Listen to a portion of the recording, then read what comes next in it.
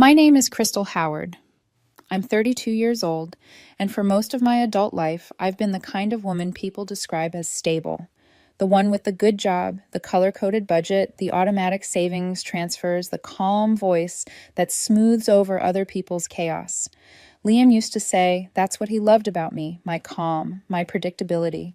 Later, I realized he meant it like a diagnosis. That evening started like hundreds before it. I was finishing a quarterly report for one of my firm's clients, cross-checking numbers, every column precise.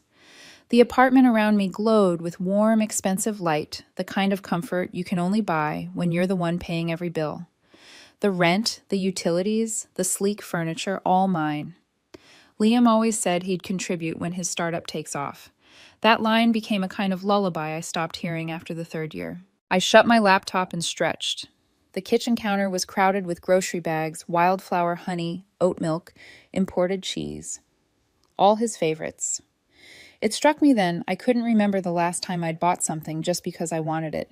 When I turned towards the dining area, I saw it. A black leather jacket casually draped over the back of the white velvet chair I'd saved 3 months to buy. It wasn't mine. The smell reached me first. Heavy perfume, the kind meant to announce its owner before she enters the room. It was sharp, sweet, predatory. My first thought wasn't jealousy. It was calculation. The chair had been empty when I left for work that morning. Liam had stayed home to work on investor calls. The jacket hadn't magically appeared. The front door clicked open. Liam walked in. Phone in hand, a paper bag from some trendy cafe hanging from his wrist. His hair was tousled, too perfectly. Tousled. And he looked up only long enough to flash that effortless grin that used to make me forgive everything. "Hey, babe, did you pay the water bill?" They sent some reminder about updating the card info. My hand tightened around the edge of the counter. Yes, it's done. He kissed the air near my cheek, already scrolling through his messages. Good. Oh, and can you make sure the joint account has enough for my photography class fee tomorrow? They don't take late payments. The words barely registered. My focus stayed on the jacket. Whose is that, I asked. He glanced up, following my gaze. His eyes flicked from the jacket to me, then back to his phone. Oh, that. It's Ava's. He said it like he was naming a neighbor's cat. Ava, his creative partner. The one who posted gym selfies tagged #hustle queen and commented under all his photos with fire emojis. She left it here after our brainstorming session, he added, casually pouring himself sparkling water like we were discussing weather. Brainstorming, I repeated. My voice was neutral. Last night. He nodded. Yeah, we worked late. You were at that corporate dinner, remember? I did remember sitting under crystal chandeliers while my phone buzzed with his texts about how soulless the corporate world was. I'd smiled through it like always. Now the room felt airless. I lifted the jacket, the leather cool and supple under my fingers. She stayed here. He leaned against this counter, crossing his arms, the posture of someone rehearsed in defensiveness. You're overreacting. She crashed on the couch, that's all. You know how artists are. We get into a flow. On our couch. He rolled his eyes. Crystal, you're making this weird. You and I, we have different needs. That sentence hung in the air like static. Different needs, I echoed. He exhaled as if explaining something simple to a stubborn child. You're incredible, okay? You're the rock. You keep everything running. But you don't exactly light fires. You don't make me feel alive anymore. I stared at him, the jacket still in my hand. So Ava makes you feel alive. He smiled, faintly relieved I'd said it for him. Exactly. She's passion. Your stability. Both are important. Important. He pushed off the counter and started pacing. Look, you're the beta. You keep the bills paid, the structure solid. That's your energy. But an alpha like Ava, she brings the chaos, the spark. It's a balance. I almost laughed. Did you just call me the beta? He grinned, as if proud of the metaphor. Don't take it the wrong way. It's just biology, Crystal. You're the foundation. She's the flame. Together it all works. It took me a second to realize he believed every word. He'd found some cheap online ideology to justify cheating a self-help vocabulary of alphas and betas, passion, and stability. And he thought saying it like a business model made it rational. I set the jacket down carefully, smoothing the leather flat. So let me get this straight, I said softly. I pay for the roof over your head, the food you eat, the phone you're holding, and you're telling me my role is to provide stability while you pursue passion with someone else. He nodded, relieved that I'd articulated it so neatly. Exactly. You get it. You're so logical, that's what I love about you. This isn't personal, it's about energy. There was a strange stillness inside me then, not anger, not heartbreak, something colder. I walked to the window. The city glittered below each light, steady, dependable. Just like me. When I turned back, my voice was even. You want to live in a world of dynamics? Fine. He blinked, unsure if it was agreement or threat. I took my keys from the counter. Let's test your theory. Let's see how your ecosystem survives without its foundation. Crystal. But I was already walking to the door. As it shut behind me, the sound was small, soft, definitive. The sound of a lock clicking into place, sealing something in. Inside that expensive, beautiful apartment, there was a jacket on a chair, a man holding a glass of sparkling water, and the first faint tremor of collapse. And I was already planning the shutdown. I didn't cry. I didn't scream. I didn't even tell my friends. When people talk about heartbreak, they describe noise, shouting, sobbing, pleading. But what I felt that night was silence. Cold, measured silence. The kind that lives in data centers and operating rooms. I sat at my desk in the half-dark, the city lights spilling through the blinds like fractured code. My laptop hummed a familiar mechanical lullaby. On the screen glowed the spreadsheet that had once been our shared budget. Now it looked like a crime scene. Rent, utilities, streaming, subscriptions. Liam's online course fees. Every transaction had my name beside it. Every responsibility, every auto pay, every card link. I was the foundation, he'd said. He wasn't wrong. But he'd never stopped to think what would happen if the foundation walked away. So I began. Step 1. Financial extraction. I opened the joint account and transferred half of the balance, exactly half, to my personal savings. Not revenge, just fairness. Then one by one, I disconnected every automatic draft connected to my name. The electricity, the Wi-Fi, the concierge service. Each confirmation email felt like a small exhale of freedom. Step 2. Digital erasure. I changed the passwords to my cloud accounts, canceled the shared Netflix, revoked his access to my Amazon Prime. The kind of invisible housekeeping that keeps a relationship alive gone in less than 15 minutes. Step 3. Disengagement. I logged into the property management portal and canceled the renewal for the lease I'd signed alone. My cursor hovered over the confirm termination button. I clicked it. Confirmation successful. It was almost elegant watching the world I built unravel in reverse order, one clean, logical sequence. I didn't pack right away. Instead, I sat back in my chair, the glow of the laptop washing over my hands. My fingers trembled, not from fear, but from clarity. For years, I'd been afraid that without me, Liam would collapse. But maybe collapse was what he needed. When the screen dimmed, I finally stood and crossed to the bedroom. It looked like a magazine spread, curated chaos. Designer pillows, abstract art, the faint scent of his cologne. I opened the closet. Half of it was filled with clothes I never wore, things he'd picked for me to match his aesthetic. Dresses with high slits, heels that hurt after 20 minutes. I touched the fabric, then let it go. None of it was mine, not really. I pulled out a single suitcase. Inside, I placed what mattered. My laptop, my passport and IDs, a worn leather notebook filled with years of budget scribbles, a small velvet box containing my grandmother's locket, a steady woman who survived 2 bankruptcies and 1 cheating husband without ever raising her voice, and finally, a hardbound copy of The Odyssey, my favorite story about a woman's quiet endurance while the men played at gods. That was all. I zipped the suitcase shut. The sound felt final, like a line of code completing its loop. The clock on the wall read 2:13 a.m. The apartment was silent, except for the hum of the fridge and the faint vibration of Liam's phone on the counter, another message from Ava, no doubt. A notification flashed on his screen. Can't wait to see you tomorrow. I smiled not bitterly, just knowingly. Tomorrow would be instructive. Before I left, I did one last thing. I sat at the kitchen counter, opened my email, and scheduled every service termination to take effect at 8 a.m., exactly 5 hours from now. Electricity, internet, gas, all in my name, all set to end.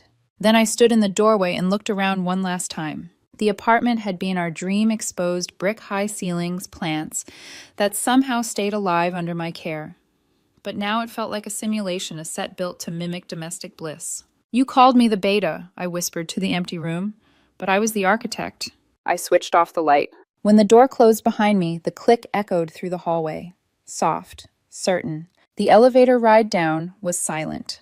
My suitcase wheels rolled over the marble floor, each sound crisp and controlled.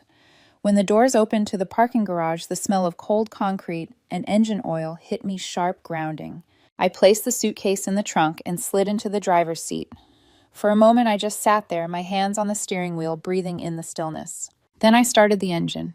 The headlights carved a path through the darkness. As I drove out of the garage, I glanced once at the building's reflection in my rearview mirror, tall, perfect, fragile. It would still be standing in the morning, but by nightfall, its lights would go out. And maybe then Liam would finally learn what happens when the foundation stops holding everything up. The first thing I noticed about freedom was the quiet. Not the hollow quiet of loneliness, the kind of quiet that hums with possibility.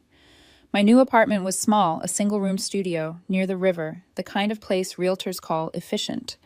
The furniture came with it, a bed, a table, a chair. That was enough. Every morning, I woke to sunlight instead of tension. I ran along the water before work, made coffee in silence, and logged into my laptop without anyone asking for money or attention. It was monastic, cleansing. Each breath felt like a system reboot. Still, I kept one connection to the old world, a burner phone. It sat on the nightstand, turned face down, a small, glowing relic of everything I'd left behind. I didn't want to call Liam, I just wanted to observe. Data collection, not emotion. It didn't take long. Day 3. The phone lit up with a new voicemail notification. I let it sit for hours before pressing play. Crystal, hey! The Wi-Fi's down. I think you forgot to pay the bill again. Can you fix it? I have an online coaching session tomorrow. His tone was casual, expectant, the voice of a man who believed gravity would always pull the same direction. I deleted it without a word. Day 5. Another notification. Another voicemail. This time, his tone had shifted. Crystal, what's going on? The power company says the account is closed. I came home and everything's blinking. I had to throw out all the food in the fridge. I have people coming over tomorrow. This isn't funny. People, meaning Ava. I imagined them fumbling in the dark phones, glowing like desperate fireflies. Delete. Day 7. The message came at 2 a.m. His voice was shaking. Crystal, I got a notice from the landlord. They said the rent wasn't paid and the lease isn't renewed. What did you do? You can't just abandon your responsibilities. This isn't how adults handle things. Call me back. Fix this. I sat on the edge of the bed, the moonlight slicing across the room. Fix this. For years, that was all I'd done. Fix, smooth, stabilize. Now he said the words like a prayer, and for the first time I realized how powerful they sounded when unanswered. I turned the phone over. The screen went black again. Silence reclaimed the room. The next morning, I met my reflection in the bathroom mirror and barely recognized her. Not because she'd changed, but because she finally looked unburdened. Later that week, while I was working on a new client proposal, my regular phone rang. The name on the screen stopped me mid-sentence. Maya, a mutual friend of ours. The kind of friend who had always taken Liam's charisma at face value. I hesitated, then answered. Hey, Crystal. Her voice was cautious, hesitant. Have you talked to Liam recently? My lips twitched. No. Why? There was a pause on the line, the sound of someone deciding how much truth to tell. It's a mess, she said finally. He's been kicked out of the apartment. The landlord changed the locks yesterday. Apparently the rent hadn't been paid for weeks. He's been crashing at Ava's, but... But what? Maya lowered her voice. Apparently Ava's in trouble. Big trouble. There was some fight. Police got involved. She's been arrested for assault. Something about her business partner pressing charges. I blinked, letting that sink in. It wasn't satisfaction I felt. It was symmetry. Maya kept talking, her words spilling fast. He's been calling everyone saying you ruined his life. But honestly, Crystal, I think he did that on his own. He's broke. Ava's gone. He looks lost. I stared at the muted city skyline outside my window. The bridge lights steady, unwavering. I didn't ruin his life, I said quietly. I just stopped funding it. There was silence on the line then. A small, disbelieving laugh. You always were the calm one, huh? I guess calm finally paid off, I murmured. After we hung up, I sat for a long time watching the reflection of the river lights flicker on my window pane. Every decision I'd made had been cold, methodical, but somewhere under the precision I could feel something warmer beginning to flicker back to life. Not revenge, not joy, just peace. The burner phone buzzed one last time that night. One message, no voicemail, just a single text. You win. I hope you're happy. I read it once, then deleted it. I didn't win. There was never a game. He'd built a world on borrowed stability, and when the foundation withdrew, the structure collapsed exactly as physics said it would. I poured myself a glass of water, closed my laptop, and stepped out onto the small balcony. The night air was cool and clean. The hum of the city felt distant, harmless. Somewhere across town, the lights in that old apartment were gone for good. But here in this quiet little studio, everything worked perfectly. It had been almost 2 weeks since I left, and by then, even the smallest noise from my burner phone carried a strange satisfaction. Every notification meant the system I once held together was still breaking cleanly, predictably, exactly as designed. That afternoon, I was at my tiny table reviewing a report for a new client. The air conditioner hummed faintly in the background, the rhythm of order. Then the phone buzzed again. Another voicemail. I pressed play. Crystal, you don't get it. You've destroyed everything. I can't get into the bank account. The landlord's suing me and Ava. His voice cracked mid-word. Ava's been arrested. There were drugs in her car. She says they weren't hers, but they found her name on the lease for the warehouse. I don't know what to do. I need your help. He sounded small, frightened, a man who had built his world on borrowed scaffolding and just realized it was collapsing. For a moment, I simply listened. The pauses between his words were longer, now heavy with disbelief. He had lived his life assuming someone would always stabilize it for him. Now he was learning what happens when gravity stops being kind. I replayed the message once, not for pleasure, but to study the tone. It wasn't anger anymore, it was confusion. The kind that comes when the world stops making sense to someone who's never had to hold it up themselves. I deleted the voicemail and turned back to my laptop. My new client was a startup led by 3 women, all of them my age, all balancing chaos and survival with grace. They'd hired me to manage their finances, my kind of calm. As I sorted their numbers, I realized something. I wasn't rebuilding from nothing. I was rebuilding from clarity. Later that night, Maya called again. Her voice came through softer this time, almost hesitant. Crystal, you might want to know what's happening. Liam's business went under. Investors pulled out. Something about unpaid taxes and missing receipts. His social media accounts are gone. And Ava, well, she's facing serious charges. Assault, possession, fraud. I leaned back in my chair. That's a full collection. Maya let out a low whistle. You're not even shocked, are you? No, I said. I just understand cause and effect. There was a pause. He's telling everyone you ruined him. He ruined himself. I just stopped sponsoring the illusion. Maya gave a small, rueful laugh. You're terrifyingly calm, Crystal. I was always calm, I said. He just never noticed until it wasn't serving him. We hung up soon after, but her words lingered. Terrifyingly calm. Maybe she was right. Maybe calm is terrifying to the people who thrive on chaos. That night I took a walk along the river. The air was sharp, laced with the scent of rain and wet stone. Couples strolled by, laughing, their reflections fractured in the water. I thought about Liam, about Ava, about the wreckage of their self-made empire. I didn't hate them. Hate requires energy, and I'd already given them enough of mine. As I stood watching the city lights shimmer, I realized something almost mathematical. I hadn't destroyed anything. I'd merely removed support. The system collapsed because it was unsustainable by design. The next day I donated the burner phone to an electronics recycling bin. No ceremony, no goodbye. The experiment was over. For the first time in years, I slept through the night without waking to the phantom buzz of a message demanding attention, apology, or payment. When I woke, sunlight filled the room. The first thing I did was open the curtains wider. The second was make coffee strong black and mine. Later that week, I got an email from a former coworker. She'd heard from someone that Liam was staying at a friend's couch downtown, broke and humiliated. The universe had a sense of symmetry, it seemed. I read the message, closed it, and opened a blank document. At the top, I typed, Howard Consulting, Independent Financial Recovery Services. The irony didn't escape me. I used to save one man from his own bad decisions. Now I'd make a living teaching others how to save themselves. That evening, as the city faded into dusk, I lit a single candle on my table. Its glow flickered against the walls, soft and steady. I thought about the night Liam had said I didn't make him feel alive. Fire, he'd said. Passion, but fire doesn't build, it only burns. And now everything he touched had turned to ash. I smiled faintly, not from triumph, but from understanding. He called himself the Alpha, but I was the architect, and I'd simply stopped building. Cliffhanger. It had been a month of silence when my new phone rang one evening. An unknown number. I hesitated, then answered. Hello. The line crackled faint and distant. Then a voice raw and trembling, "Crystal, it's me." For a moment, I didn't recognize the voice.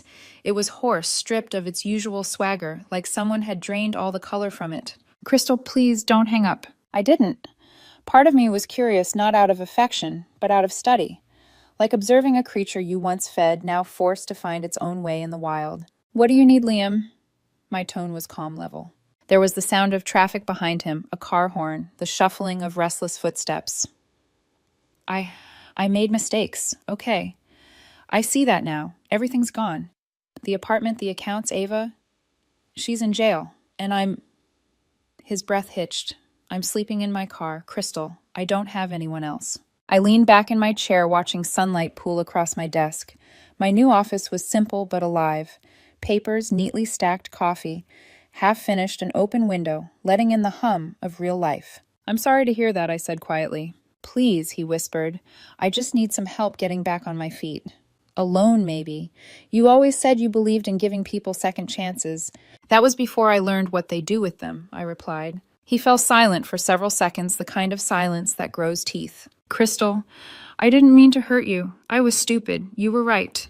You were the stable one, the smart one. You made me feel safe.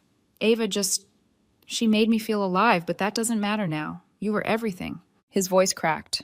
"I get it now. I get what I lost." I closed my eyes, listening to his words wash over me like static.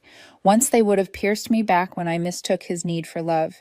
Now they just sounded like data, predictable output from a failed system. "You always talked about dynamics," I said, my voice low, deliberate.